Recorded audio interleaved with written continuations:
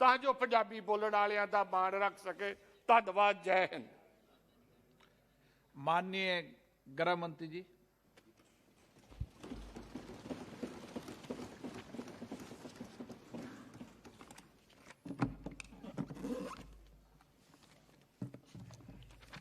माननीय अध्यक्ष जी, आज जो बिल को लेकर श्री किशन रेड्डी जी आए, उसमें श्री अधीर रंजन चौधरी जी से लेकर जसवीर सिंह जी तक 18 इस सदन के सम्मानीय सदस्यों ने अपने अपने विचार रखे हैं। कुछ लोगों ने पक्ष में रखे, कुछ लोगों ने विपक्ष में रखे, कुछ लोगों ने तथ्यात्मक रखे, कुछ लोगों ने राजनीतिक तरीके से रखे। और मैंने सबको करीब करीब ध्यान से सुना है। जो नहीं सुन पाया, इनकी नोट भी यहां बैठकर मैंने अफसरों से जो मुझे प्राप्त हुई, मेरे साथी MOS से प्राप्त हुई, उसको मैंने पढ़ा है। माननीय अध्यक्ष जी, मैं इस सदन के सभी सदस्यों को फिर से एक बार कहना चाहता हूं कि कृपया जम्मू कश्मीर की स्थिति को हम समझें। राजनीति करने के लिए ऐसा कोई बयान न दे जिससे जनता गुमराह हो जाए। माननीय अध्यक्ष जी, यहां कहा गया कि धारा 370 हटाने के वक्त जो वादे किए गए थे उसकी दिशा में क्या किया। मैं तो जरूर इसका जवाब दूंगा, मुझे मौका दी आपने जवाब देने का। मगर भाई 17 महीने हुए धारा 370 हटे हुए, आप हमसे हिसाब मांग रहे हो। 70 साल आपने क्या करा, इसका हिसाब लेकर आए हो क्या किया 70 साल? और अगर 70 साल ढंग से चलाते तो हमसे हिसाब मांगने का समय ही ना आता। माननीय अध्यक्ष जी, उनको भी मालूम है कि धारा 370 हटने के बाद अभी तो वहां पर प्रशासन स्थिति को संभाल रहा था, इतने में कोविड लग गया। एक साल लगभग सब कुछ बंद रहा है और हमसे हिसाब मांग रहे हैं। मुझे कोई आपत्ति नहीं, मैं हिसाब देता हूं, आना पाई का हिसाब देता हूं, एक एक काम का हिसाब देता हूं, एक एक बात का हिसाब देता हूं, मुझे उसमें कोई आपत्ति नहीं। परंतु मैं इतना कहना चाहता हूं माननीय अध्यक्ष जी, जिनको पीढ़ियों तक शासन करने का मौका दिया, वो जरा अपने गिरेबान में झांक कर देखे कि हम हिसाब मांगने के लायक है या नहीं। माननीय अध्यक्ष जी, धारा 370 को हटाने का मसला कोर्ट में है।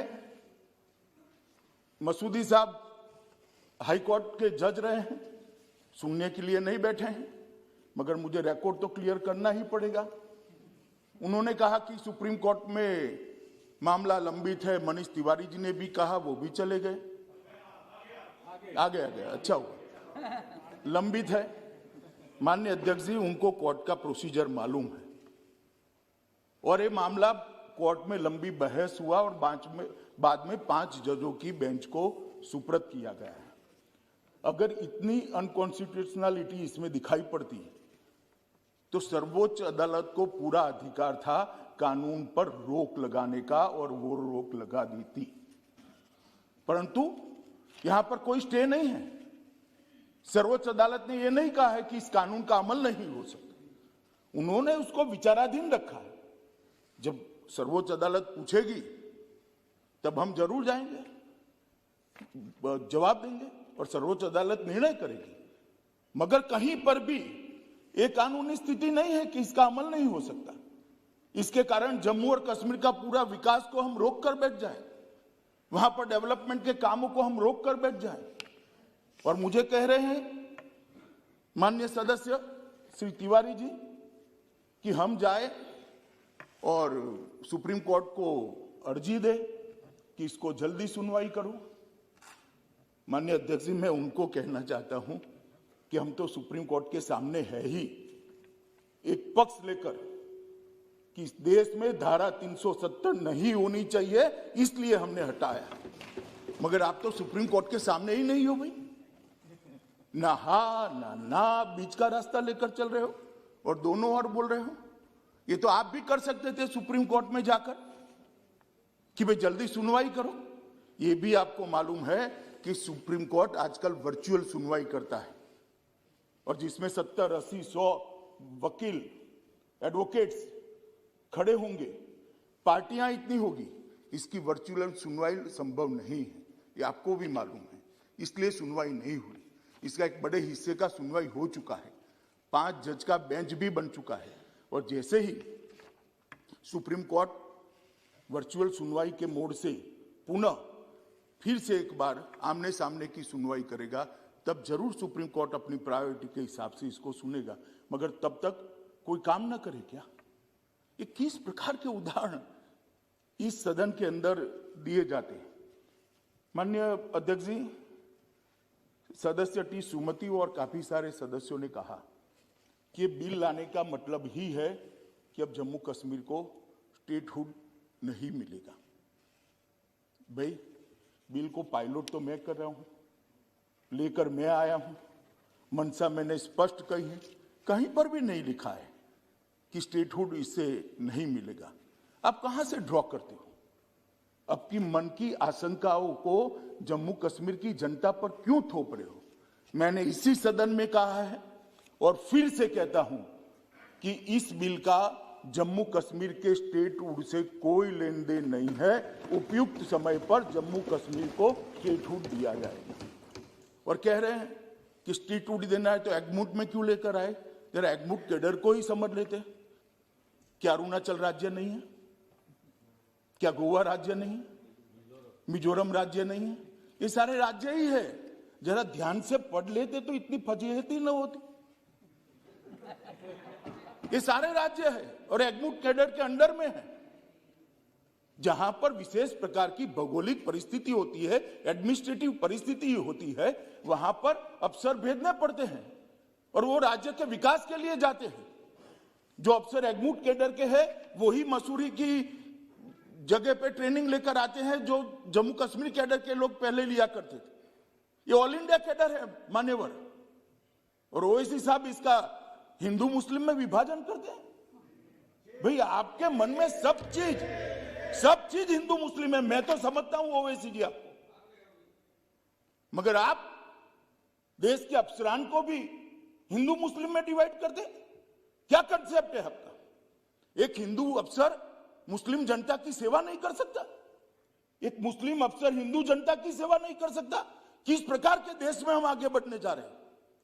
अफसरों की संख्या हिंदू मुस्लिम में बांटेंगे और अपने आप को सेक्युलर कहते हैं। काहे का सेक्युलरिज्म? हिंदू मुस्लिम में अफसरों की संख्या बांटेंगे। इस तरह से तो मान्यवर कश्मीर के अंदर शांति नहीं होगी, ज्यादा चिंता होगी, ज्यादा उचाट होगी, संशय बढ़ेंगे। मेरा सभी से निवेदन है कि इस तरह से नहीं करना चाहिए।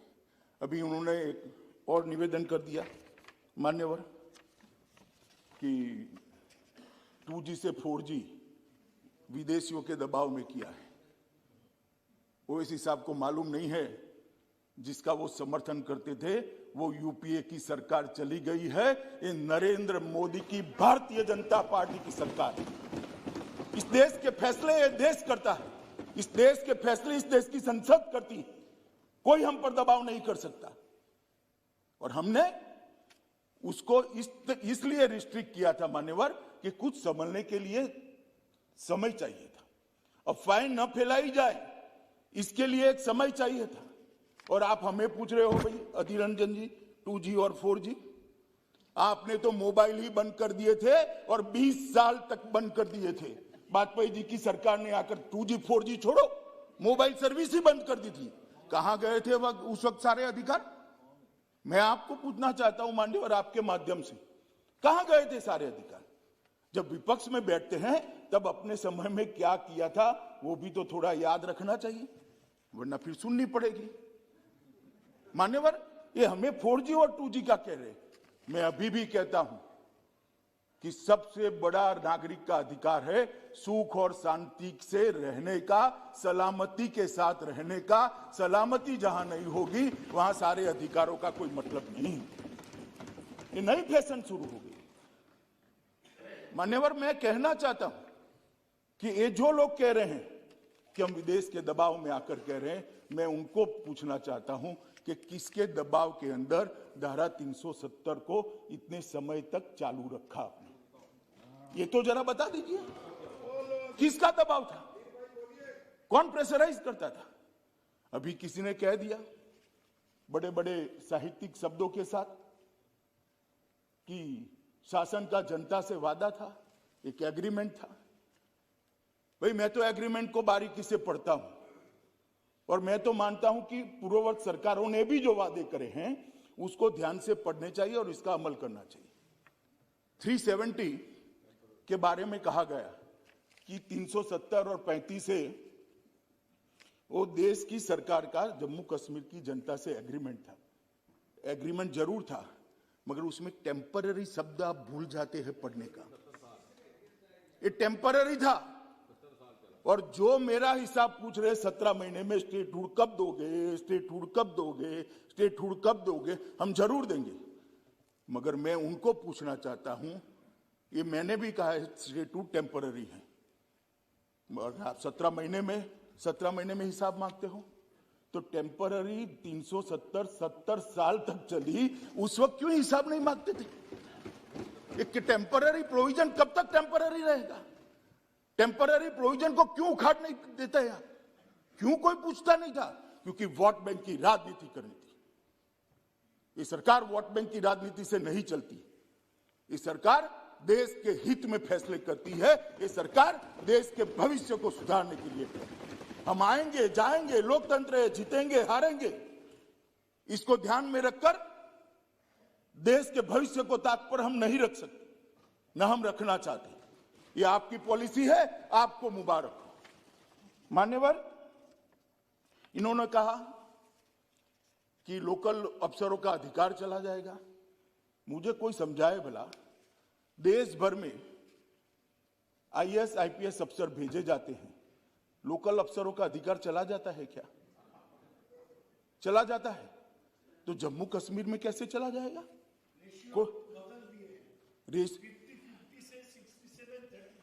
दादा आप ज्यादा पढ़ नहीं सकते, अब मैं समझ रहा हूं। देश भर में यही रेशियो है। आपके बंगाल में भी ये, क्यों अलग रखना? कश्मीर देश का हिस्सा नहीं है? कश्मीर देश का हिस्सा नहीं है क्या? क्यों अलग रखना? और क्या कश्मीरी युवा को देश की ऑल इंडिया कैडर में आने का अधिकार नहीं है? अगर स्कूलों में पढ़ाते, स्कूल जला न दिए गए होते, मदरसों के अंदर बच्चों को जाने के लिए मजबूर न करते, तो कश्मीर के बच्चे भी आज आईएएस और आईपीएस अफसर बने होते। स्कूल किसके टाइम में जल गए?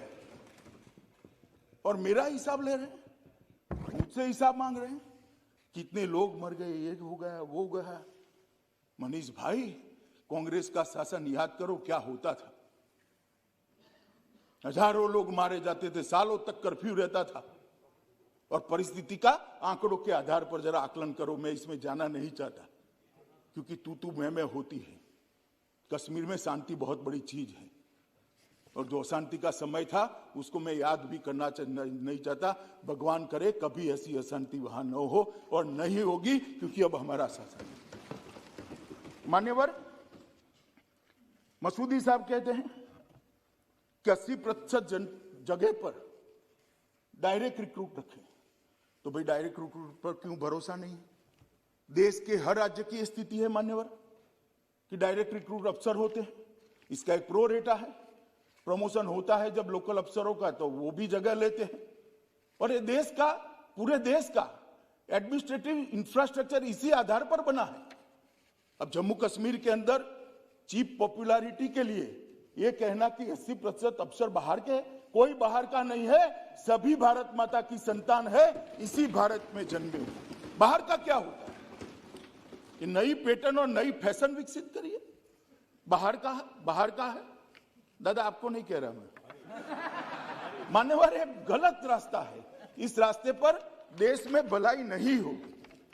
मसूदी साहब कह रहे हैं कि आपने बोडोलैंड को ये दे दिया, मणिपुर को ये दे दिया, कश्मीर को क्यों नहीं? अरे मसूदी साहब, जरा सच बोला करिए। आप तो जज हो, सब कुछ पढ़ते हो। सभी अकॉर्ड निकाल कर दीजिए। किसी को अलग संविधान नहीं दिया है, किसी को अलग झंडा नहीं दिया है, किसी को धारा 370 नहीं दी है। और ये तो हमारा वादा था देश की जनता को 1950 से कि इस देश में 2 विधान, 2 निशान, 2 प्रधान नहीं रहेंगे। और आज मोदी जी के नेतृत्व में हमने इसको समाप्त कर दिया। मान्यवर, इन्होंने विकास की काफी सारी बातें करी और मैं भी करना चाहता हूं कि धारा 370 से क्या मिला इसका हिसाब वजीर दाखिला दे, गृह मंत्री दे। तो ठीक है भाई, आपने कहा है तो मैं दे ही देता हूं। सबसे पहला काम हमारी सरकार आने के बाद वहां पंचायती राज का पुनर्स्थापना हुआ है, शुरुआत हुआ है। पुनर्स्थापना शब्द ठीक नहीं माना। जब इस देश का संविधान लिखा गया, संविधान लिखने के बाद डॉक्टर आंबेडकर ने जब संविधान का एडिटिंग का भी काम समाप्त हो गया, एक बहुत बड़ा स्टेटमेंट किया था साहब, इस देश के लोकतंत्र को, वो वाक्य को सुवर्ण अक्षर में मंडित कर डॉक्टर आंबेडकर के वाक्य को रखना चाहिए। उन्होंने कहा था, राजे अब रानी के पेट से पैदा नहीं होंगे, गरीब दलित पिछड़ों के वोट से पैदा होंगे। उन्होंने कहा था, राजे अब रानी के पेट से पैदा नहीं होंगे, दलित गरीब और पिछड़ों के वोट से पैदा होंगे। मगर कश्मीर में आज तक राजे रानी के पेट से ही पैदा होगा। ये 3 परिवार के लोग ही शासन करते थे। तीन परिवार के लोग ही शासन करते थे और इसीलिए उनको धारा 370 शूट करती थी। मान्यवर, हमने पंचायत के चुनाव कराए, अभी डिस्ट्रिक्ट पंचायत के चुनाव हुए, लगभग 51.7% वोटिंग हुई, कहीं पर भी गोली नहीं चलानी पड़ी। और मान्यवर, शांतिपूर्ण मताधिकार का प्रयोग हुआ। कांग्रेस के शासन के चुनाव कैसे हुए थे मैं इसमें जाना नहीं चाहता, क्योंकि पुरानी बातों को याद नहीं करना चाहता।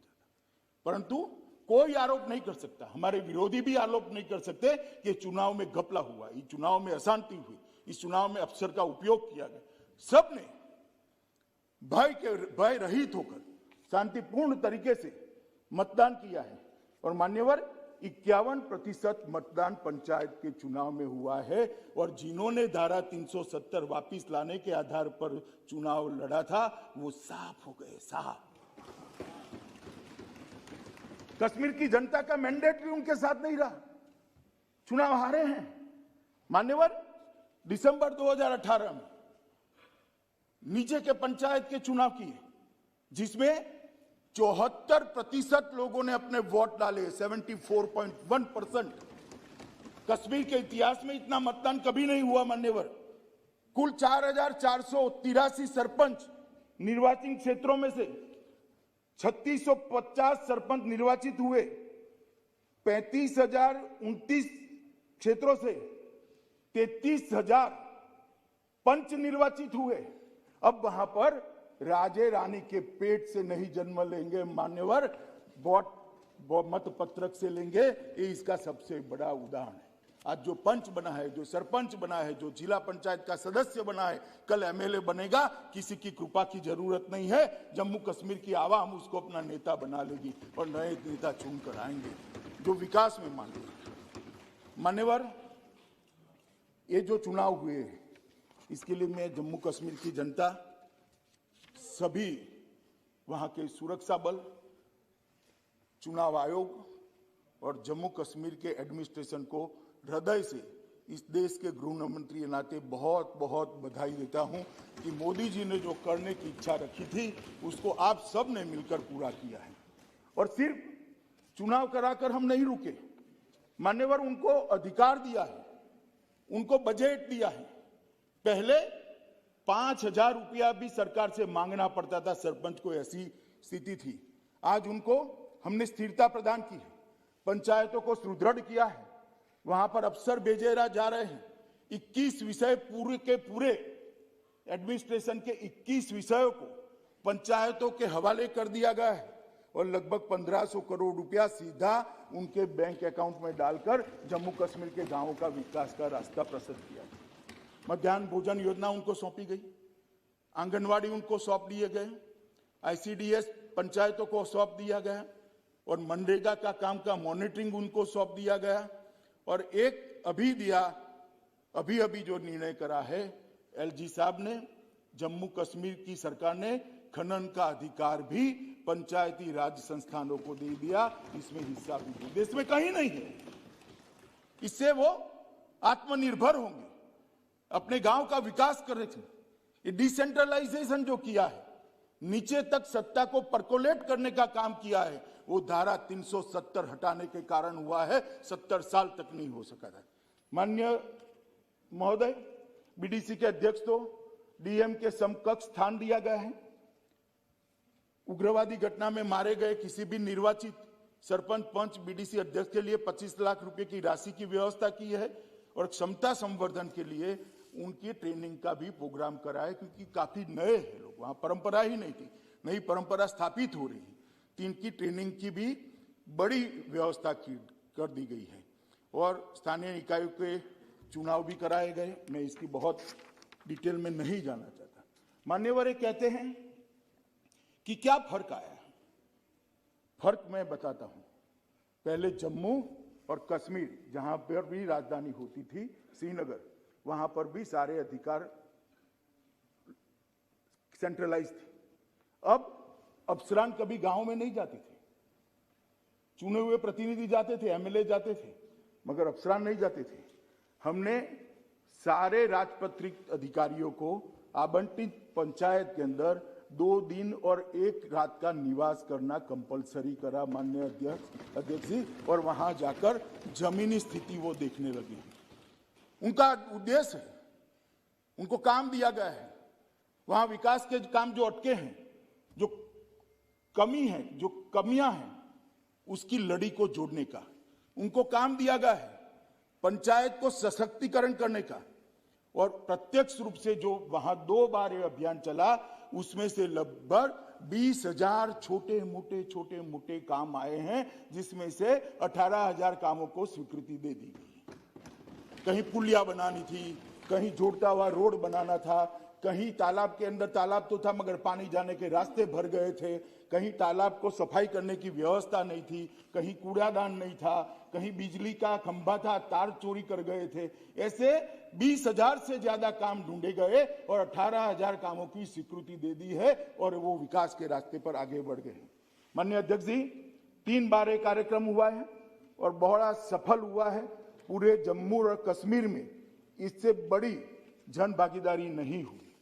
5 लाख से अधिक मृत्यु, जन्म, दिव्यांगता, अधिवास, ये प्रमाण पत्र वहीं मौके पर दिए गए। 5 लाख लोगों को जम्मू कश्मीर जाने की जरूरत, राजधानी में जाने की जरूरत नहीं है और ये निरंतर चलने वाला है। मान्यवर, ये पूछते हैं हमें क्या किया, इसलिए मैं बताता हूं।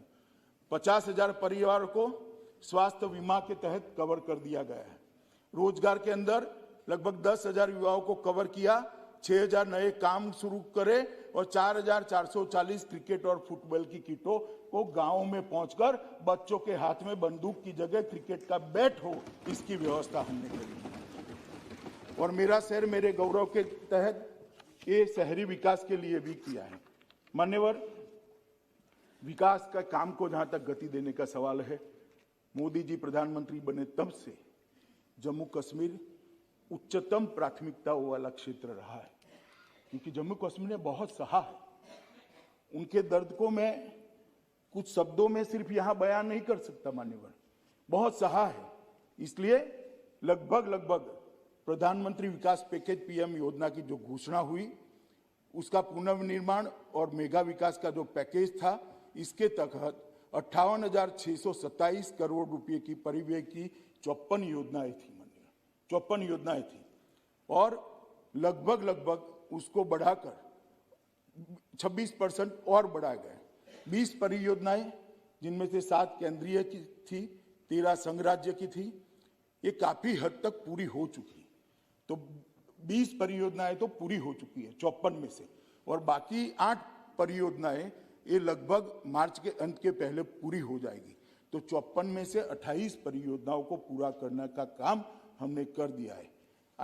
IIT जम्मू ने अपने परिसर में काम कर दिया है, शुरू कर दिया है। दोनों एम्स का निर्माण शुरू हो चुका है। अर्ध रिंग रोड जम्मू को 2021 में हम पूरा कर देंगे। 8.45 किलोमीटर की बनिहाल सुरंग को इस साल खोलने की योजना है। और सबसे बड़ी बात है, पीयूष भाई यहाँ बैठे हैं, 2022 में हम रेलवे से कश्मीर को, घाटी को जोड़ने का काम भी समाप्त करेंगे। दादा 70 साल में जो नहीं हुआ वो अब हो रहा है, वो आपको मालूम होना चाहिए।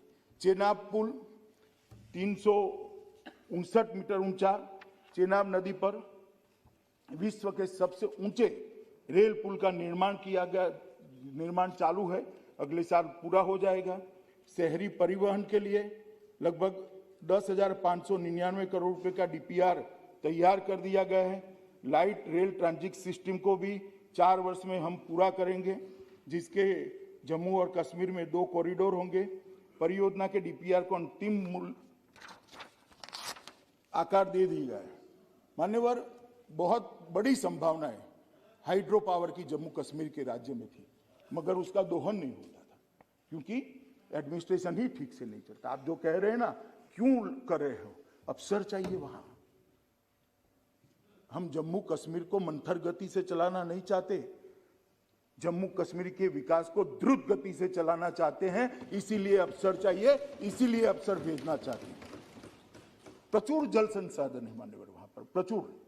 लगभग 14,867 मेगावाट की तराशी गई जल विद्युत की क्षमता है। उसमें से 70 साल में 3504 मेगावाट का दोहन किया गया है। मैं फिर से एक बार कहता हूं, 14,000 में से 3500। और अभी जो 17 महीने का हिसाब पूछते हैं, उनको मैं बताना चाहता हूं, सिर्फ 17 महीने में 70 साल में 3504 और 17 महीने में 3490 मेगावाट का काम शुरू कर चुके हैं। एक बाजू आपकी 4 पीढ़ी ने जो काम किया है, वो हमने 1.5 साल के अंदर काम किया है। 1.5 साल के अंदर, ये मालूम होना चाहिए। पिछले 2 वर्ष में लगभग 3000 मेगावाट की जो बंद पड़ी हुई परियोजनाएं थी, इसको भी चालू करने का काम किया है और 3300 मेगावाट की नई शुरू करेंगे। पाकाल दुल 1000 मेगावाट की है और कीरू 624 मेगावाट की है। सावलाकोट 1856 मेगावाट, दुलहस्ती दूसरा चरण 258 मेगावाट, उरी 1 दूसरा चरण 240 मेगावाट और छोटी बिजली पन बिजली योजनाएं लगभग 12 मेगावाट की है, जो 123 करोड़ की लागत से हुई। मान्यवर, मैं इतना डिटेल में जाना नहीं चाहता था, मगर मुझे उकसा कर हिसाब मांगा गया, मैं भी क्या करूं, इसलिए मैं डिटेल बताना चाहता हूं। सबके लिए बिजली बंद तो जाएगी, पहुंचेगी कैसे? तो इसका डिस्ट्रीब्यूशन गांव तक होना चाहिए, इसका डिस्ट्रीब्यूशन बाद में घर तक होना चाहिए। इसलिए हमने सौभाग्य के तहत जम्मू कश्मीर के 100% लोगों को घर में बिजली पहुंचाने का लक्ष्य प्राप्त कर दिया है, कर चुके हैं मान्यवर। और 3,57,405 ऐसे लोग थे जिनको 70 साल से बिजली नहीं मिली थी, ये 17 महीने में बिजली देने का काम किया गया। ये हिसाब मांगते हैं मान्यवर में। इस वर्ष 36 किलोमीटर लंबी 33 kV लाइन बिछाकर LOC पर स्थित केरन और मुंदियान गांवों को भी, जो अंतिम गांव थे, उसको भी बिजली से जोड़ने का काम हमने समाप्त कर दिया। पहले वहां डीजल जनरेटर से सिर्फ 3 घंटे बिजली सरकार की ओर से दी जाती थी, अब 24 घंटा बिजली पहुंचे, ऐसी व्यवस्था करी। मान्यवर, बिजली के साथ जीवन की महत्वपूर्ण एक जरूरियात है। ये 4G को मानते हैं, बहुत महत्वपूर्ण है। मैं मानता हूं जल बहुत महत्वपूर्ण है। जल जीवन के लिए बहुत महत्वपूर्ण है। कांग्रेस के हिसाब से 4G जीवन के लिए बहुत महत्वपूर्ण है, मगर हमारी मान्यता अपनी जगह स्थिर है। 4G भी जरूरी है, मगर जल अत्यंत जरूरी है। इसलिए सितंबर 22 तक सभी 18.16 लाख परिवारों को पाइप के द्वारा घर में पानी पहुंचाने की योजना समाप्त हो जाएगी। और जब मैं ये कह रहा हूं तब पूछेंगे भी आप तो 22 की बात कर रहे हो। अभी 4 जिलों में 100% घर में पानी पहुंचाने का काम हमने समाप्त कर चुके हैं और 22 तक बाकी